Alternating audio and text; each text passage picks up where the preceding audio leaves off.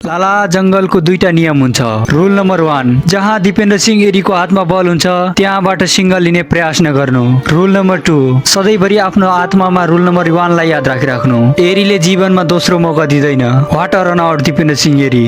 क्रिकेटका यस्ता क्षणहरू साँच्चै नै अविश्वसनीय हुन्छन्। दिपेन्द्र सिंह एरीले यसरी बिजुली जस्तो छिटो डाइरेक्ट हिट खेलको मोमेन्टलाई नै बदल्ने अविश्वसनीय रनआउट र सटिक निशाना, तीव्र गतिको प्रहार र आत्मविश्वास यो नेपालका सुपरस्टारबाट देखाइएको चुम्मा लेभलको वर्ल्ड क्लास फिल्डिङ थियो। यो क्षण यति प्रभावशाली बन्यो कि आधिकारिक आईसीसी टी20 वर्ल्ड कप 2026 को पेजमै यसको रिल शेयर गरियो। अब अन्तर्राष्ट्रिय क्रिकेट परिषद आईसीसीले पनि नेपाली क्रिकेटलाई विश्व मञ्चमा हाइलाइट गर्दैछन्। यहाँ केही न केही विशेष भएको स्पष्ट हुन्छ।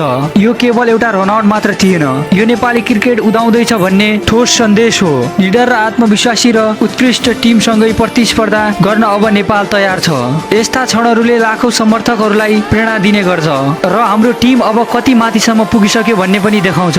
गर्जिरहनुहोस् दिपेन्द्र सिंह एरी। अब संसारले नेपाललाई हेरिरहेको छ। भिडियोलाई लाइक गर्नुहोस् अनि च्यानललाई सब्स्क्राइब गर्नुहोस्। डिटेलमा कुरा गरौँ। हिजो भएको नेपाल र युएई बीचको म्याचको बारेमा केही यस्ता मोमेन्टहरू डिस्कस गर्नेछौँ। के नेपाल वर्ल्ड कपको लागि तयार भइसकेको छ यस बारेमा पनि अलिकति डिस्कसन गर्नेछौँ। सबैभन्दा पहिला हामी हिजो भएको म्याचको बलिङको बारेमा कुराकानी गर्नेछौँ। नेपालले 5 वटा बलरहरू युज गरेको थियो, जसमा हामी पहिलो नम्बरमा कुरा गर्नेछौँ सम्पाल कामीको। सम्पाल दाइको कुरा गर्ने हो भने सम्पालको बलिङमाथि हामीलाई कुनै पनि शंका नै छैन। नो डाउट उनले नेपाललाई यहाँसम्म पुर्याउन धेरै ठुलो रोल खेलेका छन्। सम्पालले आफ्नो 100% दिएका छन्, तर पनि उनको बलिङ राम्रो भइरहेको छैन। कहिलेकाहीँ किस्मतले पनि साथ दिनुपर्ने हुन्छ। युएई विरुद्धको म्याचमा उनको बलिङ निराशाजनक रह्यो। धेरै बलहरू रङ लाइनमा गइरहेका थिए। अब दोस्रो नम्बरमा कुरा गरौँ करण केसी। करण केसी अहिले केही म्याचदेखि स्पेशली पावर प्लेमा एकदमै राम्रो बलिङ गरिरहेका छन्। उनको बल पावर प्लेमा एकदमै राम्रो नाचिरहेको छ। हिजो पनि उनले युएई का सबैभन्दा खतरनाक ब्याट्सम्यान उनको क्याप्टेनलाई आउट गरेका थिए। करण केसीले 2टा विकेट पनि निकाल्न सफल भए। अब तेस्रो नम्बरमा कुरा गरौँ नन्दन यादवको। नन्दन यादवको कुरा गर्नुभन्दा पहिला म एउटा कमेन्ट देखाउन चाहन्छु। यहाँ साथीले भन्नुभएको छ कि नन्दन यादव राम्रो बलर होइन भन्ने टी20 वर्ल्ड कपमा थाहा हुन्छ भनेर, तर म यो कुरामा एग्री गर्दैन। नन्दन यादव माथि हामीले डाउट गर्नुको कारण त्यो श्रीलङ्का ए विरुद्धको म्याच हुन सक्छ, तर त्यो म्याच मात्र नहेरौँ। नन्दन यादवसँग जुन प्रकारको पेस, क्वालिटी बलिङ र भेरिएसन छ नि त्यो अनबिलिभेबल छ। नेपालमा यस्तो ट्यालेन्ट हुनु गर्वको कुरो हो। उनको डेडली बाउन्सर र योर्कर एकदमै खतरनाक छ। साधारणतया हेर्ने हो भने टी20 मा बाउन्सर बल युजलेस बल हो, तर यदि पुरा प्लानिङ र फिल्ड सेटअपको साथ बाउन्सर हान्यो भने 99% त्यो बाउन्सरले वर्क गर्छ र त्यो भन्दा खतरनाक बल पनि अरू कुनै हुँदैन। ब्याटरको आत्मामा पनि एक प्रकारको डर बनाउनु पर्छ र ब्याट्सम्यानलाई ब्याकफुटमा धकेल्न सक्नुपर्छ। त्यसपछि विकेट मिल्ने धेरै चान्स हुन्छन्। युएई विरुद्धको म्याच पनि हेरे नै होला। नन्दन यादवको बल अरू बलर भन्दा एक्स्ट्रा बाउन्स गर्छ, जुन नन्दन यादवलाई एउटा फरक प्रकारको बलर बनाउँछ र त्यसले एडभान्टेज पनि ज्यादा दिन्छ। अहिले हाम्रो टिममा हेर्ने हो भने पेस बलिङ अट्याकमा नन्दन यादव भन्दा राम्रो बलिङ सायदै कसैले गर्छ होला। उनीसँग मात्र एक्सपिरियन्सको अलि कमी छ।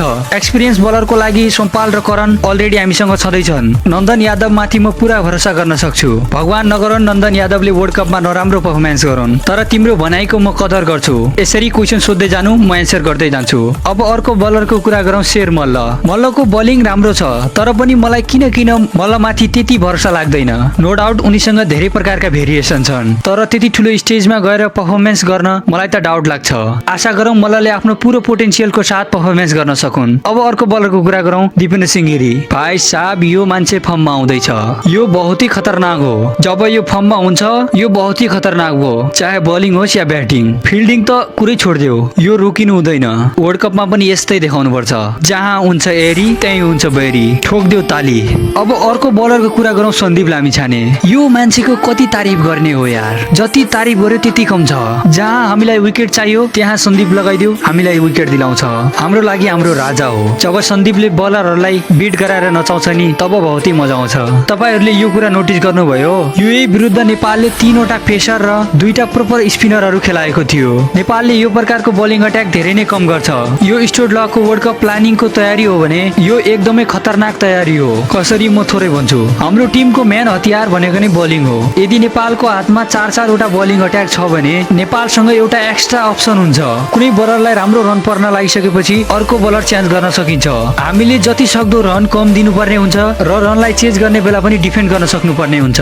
त्यसको लागि हामीसँग प्रोपर 4 वटा बलिङ अप्सन छन् भने हामीले त्यो लगभग सजिलै गर्न सक्छौं। यो प्लानिङमा पनि अझै खतरा छ। हाम्रो बलिङमा मात्र राम्रो हुन्छ, ब्याटिङ लाइनअप अलि कम हुन्छ कि त युएई विरुद्धको म्याचको जस्तै हाम्रा प्लेयरहरूले ब्याटिङ कोल्याप्स हुनबाट बचाउन सक्नुपर्ने हुन्छ। अब कुरा गरौँ हाम्रो ब्याटिङ लाइनअपको। ब्याटिङमा पनि हाम्रो सुरुवात राम्रो भएको थिएन। सुरुमा हाम्रा 2टा विकेट गइसकेका थिए। भर्तेनमा मलाई लेफ्ट ह्यान्डर बलर देख्नै नहुने। जिन्दगीमा सबैभन्दा ठुलो दुःख तब लाग्छ जब रनआउट हुन्छ। म धेरैचोटि भइसकेको छु, पुरा माथा गरम भइहाल्छ। आसिफ शेख र रोहित पौडेलको साथ हिजो त्यस्तै भयो। युएई विरुद्धको म्याच हाम्रो ब्याटिङ लाइनअपको लागि एउटा ठुलो लेसन दिएर गएको छ कि हाम्रा ओपनरहरू सधैँको जसरी चल्दैनन् भनेर। हाम्रो मिडल अर्डरले पनि एउटा म्याच्योर इनिङ खेलेर देखाउन सक्ने क्षमता छ कि छैन भनेर पनि आज हामीले हेर्यौं र आज आरिफले र एरीले त्यो जिम्मेवारी पूर्ण इनिङ खेलेर देखाए पनि यो खालको परिस्थिति वर्ल्ड कपमा पनि आउँदैन भन्ने हुँदैन। 100% आउन सक्छ, तर हाम्रा प्लेयरहरू त्यसको लागि पूर्ण रूपमा तयार हुनुपर्छ र पावर प्लेमा हाम्रो विकेट जाँदाखेरि कस्तो कस्तो प्लानिङ हुनुपर्छ त्यो पनि अलरेडी तयार हुनुपर्छ। तपाईहरुले नोटिस गर्यो कमेन्ट्रीमा पनि यार अलि मजा आएन। अलि हुन्छ नि त्यो टक्लु दाइको जस्तो पुरा जोशको साथ कमेन्ट्री गरेपछि पुरा फिल आउँथ्यो नि, त्यो देखिएन हिजो। एउटा कमेन्टेटर थियो जुन स्याम मेरो जस्तै न, जुन इंग्लिश बोल्दाखेरि स्पेलिङ मिस्टेक भइहाल्छ, जुन आवाजमा भारीपना हुन्छ नि, तब गेम हेर्न डबल मजा आउँछ। आरिफ शेखको म धेरै नै तारिफ गर्ने गर्छु किनभने आरिफ शेखले हाम्रो टिमलाई कोल्याप्स हुनबाट बचाउन सक्छन्। ब्याटिङ कोल्याप्स हुने हाम्रो टिमको धेरै पुरानो बानी छ, त्योबाट आरिफ शेखले बचाउन सक्छन्। उनीमा यस्तो कला छ कि जुनसुकै परिस्थितिमा पनि चाहे त्यो स्पिन ट्र्याक होस् या फास्ट ट्र्याक, त्यसमा आफूलाई एडजस्ट गरेर खेल्न सक्छन्। त्यो धेरै ब्याटरहरूमा हुँदैन। उनमा कुनै यस्तो कला छैन कि एकै ओभरमा 3-4 छक्का हान्ने, तर उनले हानेको शटहरू यति राम्रो हुन्छ कि रिपिट गरी गरी हेर्न मन लाग्छ। उनी आफ्नो क्लास र पर्फेक्सनले कुडान भाग गरेर नै इनिङलाई अगाडि बढाएर जान्छन्, त्यो मलाई एकदमै मन पर्छ।